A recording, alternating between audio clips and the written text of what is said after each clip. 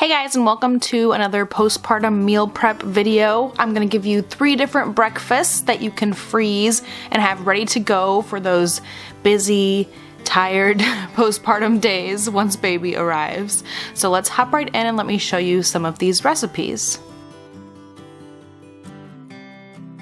So first of all, we're starting off with some banana blueberry muffins, and I will of course leave links down below or any recipe details that you guys might need to know. This is not my recipe in particular, but I'll let you know exactly what you need down in the description box. So I'm just making some muffins with the boys. They usually are pretty good about helping me bake most of the time. So they are helping me scoop and pour things. Aaron needs a little bit of help, of course, but Calvin is really great about pouring stuff all on his own. He's getting so good at it. So these muffins are mostly like banana, like half wheat flour and half oats, and then, you know, some sugar and blueberries and stuff like that in there. So they're super delicious. Maybe not necessarily the most like nutritious, but they do have oats and blueberries in there, right? So I love to eat them warmed up with some butter on them. You can of course throw them in a Ziploc and freeze them so that you can just pop them out, throw them in the microwave for maybe 30 seconds, and then feed whoever you need to feed. Any of the littles who are still around in the house while you're trying to take care of the newborn. So it just makes things a little bit easier.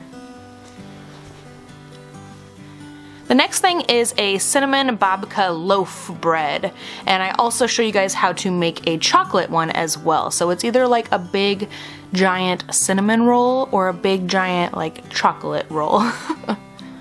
And once again, it's not my recipe. I will leave the recipes down below. I kind of use a mixture of 2 different recipes, so I'll leave both of those for you guys and you can kind of decide what you want to do. So I do make the dough and let it rise for maybe an hour or 2, and then while it is rising, I'm making up the like filling to go inside of it. So this is just the cinnamon filling. Once the dough has risen and it's super big and fluffy, I can divide it into 2 for the 2 different loaves. One's gonna be the cinnamon and one's gonna be the chocolate. And then I can get into rolling it out. And I just try to make a general rectangular shape out of it. I know the recipes like call for you to like trim off the edges, but I don't do any of that. I don't care if it looks kind of messy. So rolling it all up, and then I chop it down the middle, and you take those 2 sides and kind of flip the layered side up, and you kind of twist it or braid it together and make it look all nice and pretty.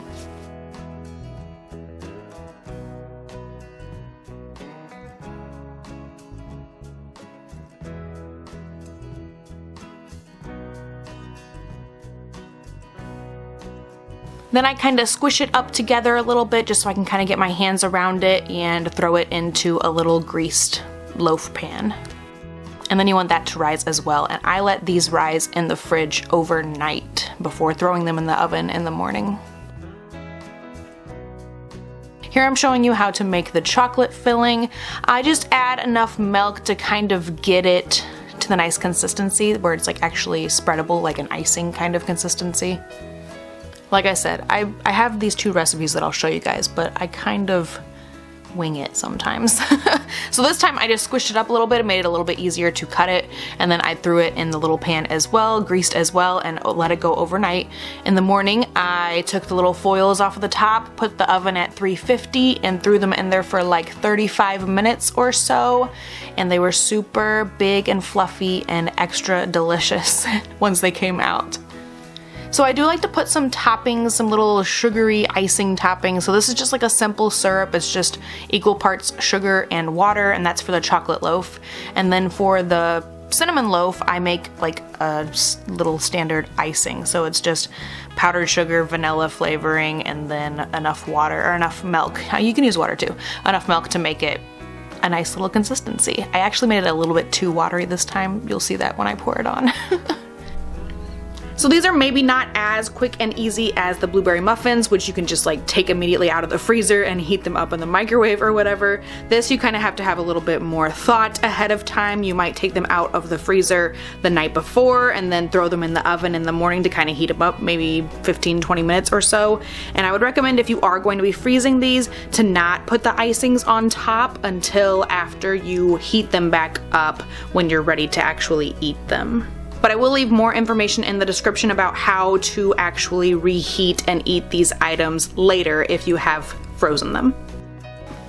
Lastly, I just have super basic waffles and pancakes. These are a vegan version, so there's no egg in there, there's no cow milk in there, but I'm just making up some vegan waffle batter here first of all. For waffle batter, I like to make it a little bit thicker than the pancake batter, so I gradually add in the milk. I'll leave the amounts down below, but I gradually add in milk until it's a nice kind of cake battery, maybe a little thicker than a cake batter kind of consistency, and throw it into the waffle iron. I prefer waffles usually, but the boys like pancakes, so I make both.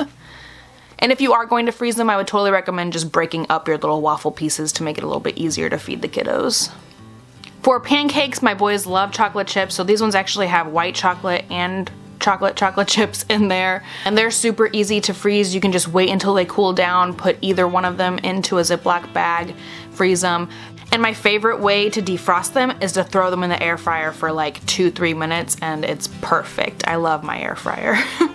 So I hope you guys found these little recipes helpful. I hope it kind of inspired you to start thinking about things that you could start freezing, making and freezing for when baby arrives, or just as any kind of mom in general with such a busy schedule and just things to do all the time. It's nice to have quick meals that you can get out of the freezer without having to actually put in the work, you know? So I hope you guys enjoyed. Please give the video a thumbs up if you did like it, and I'll talk to you guys next time. Bye!